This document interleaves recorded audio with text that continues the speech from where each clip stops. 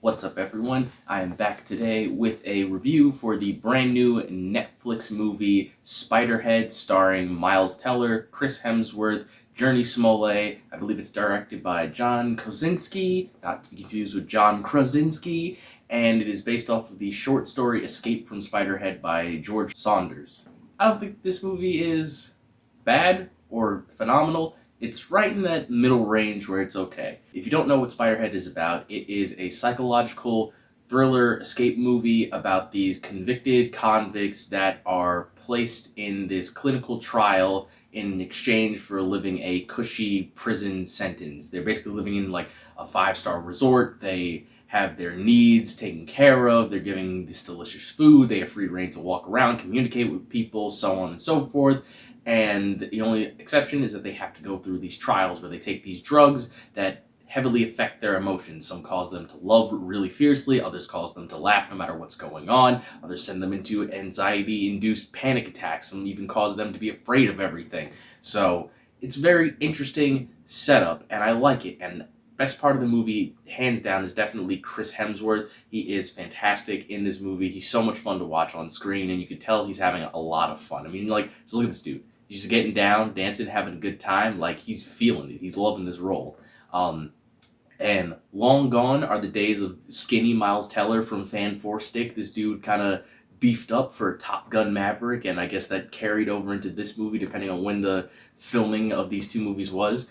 But for the story itself, I don't think it leaned far enough into either facet in order to be fantastic. Because as I mentioned, it's a psychological thriller and it's an escape movie. Like, the last half hour of this movie is a fun escape movie with really great music, and it's just a blast to see, and it's really funny. And then the rest of the movie is supposed to be the psychological thriller, but it doesn't lean far enough into this weird, uncomfortable mystery psycho thriller like stories like Maniac, that's also on Netflix. Fantastic show. I highly recommend that. But it didn't lean far enough into that where I was like, man, this is really trippy. I don't know what's going on. I'm really uncomfortable. I didn't feel that way. Like, it was kind of just mundane, very slow burn up until the point where they're like, here's the answer to the mystery and everything that's going on. It's like, okay.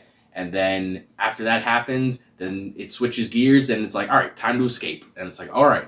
It kind of just switches gears extremely fast. There isn't like that nice meld into one where it's like, okay, we start off, here's the status quo, this is how we think everything's good, and then it's like, all right, things are a little weirder than we expected, this is not okay, you know, they keep building and building, and then it's like, here's the big reveal of like everything that's going on. It's like, oh man, because even the reveal in this movie that I'm not going to spoil, it's not as crazy as you would think. It's pretty obvious. So I don't know. There was one funny reveal in it that, again, not going to go into, but that funny reveal was cool. That has to do with the mystery. It's like, oh, that's kind of messed up that this person is doing everything he's doing based off of said thing. But yeah, outside of that, Spiderhead, it's okay. If you want to give it a watch, it's on Netflix. It's actually under 2 hours. It's just barely. I think it's like an hour and 57 minutes or something like that. Journey Smollett, I liked her in the movie. I wish she was in more of it because the revelations about her character didn't really land as well because she wasn't in the movie that much. She's just kind of there to sell a point. It's like, here's the point of her character, and here's what we need to do, and this is how it's affecting this other character. So it's like, all right, fine. I get it. It's there. It served its purpose, but I would have liked to see her more because she did give a pretty good performance in this movie. This movie's very much the Miles Teller and Chris Hemsworth show. Like, they're the main focus. Like, a lot of characters in this movie don't even get lines. Like, there are a lot of prisoners in this facility, Spiderhead, and most of them are just background characters. So this movie is very much centralized on Chris Hemsworth and Miles Teller, and Journey Smollett is probably like just under there.